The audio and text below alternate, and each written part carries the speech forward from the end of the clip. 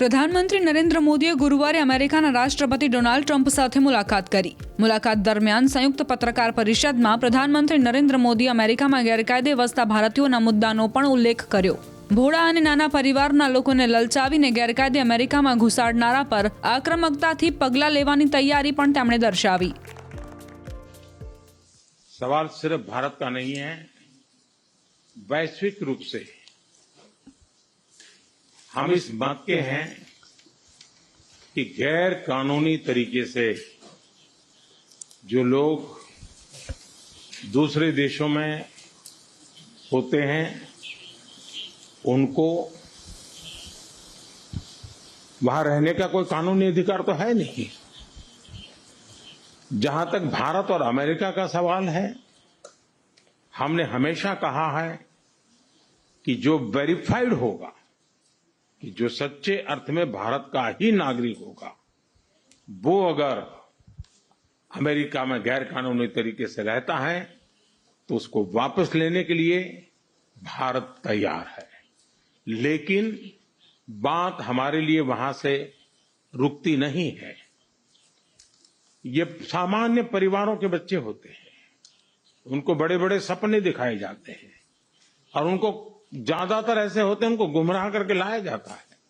और इसलिए ये ह्यूमन ट्रैफिकिंग में जुड़े हुए पूरे इकोसिस्टम पर हमने वार करना चाहिए. और अमेरिका और भारत मिल करके हमारी कोशिश है और हमारी कोशिश रहनी चाहिए कि इस प्रकार की पूरी इकोसिस्टम को हमें जड़ मूल से नष्ट करना चाहिए ताकि ह्यूमन ट्रैफिकिंग बंद हो और गरीब लोगों को जो अपनी धन दौलत बेच करके ऐसे बड़े बड़े सपने दिखा करके उनको अंधेरे में रख करके ले जाया जाए, उनके साथ भी अन्याय है. और इसलिए हमारी बड़ी लड़ाई उस पूरे इकोसिस्टम के खिलाफ है. और मुझे विश्वास है कि राष्ट्रपति ट्रंप भी इस इकोसिस्टम को खत्म करने में भारत का पूरा सहयोग करेंगे. मैं राष्ट्रपति ट्रंप से एक बात हमेशा एप्रिशिएट करता आया हूं, सीखता आया हूं कि वे राष्ट्रहित को सर्वोपरि रख करके काम करते हैं.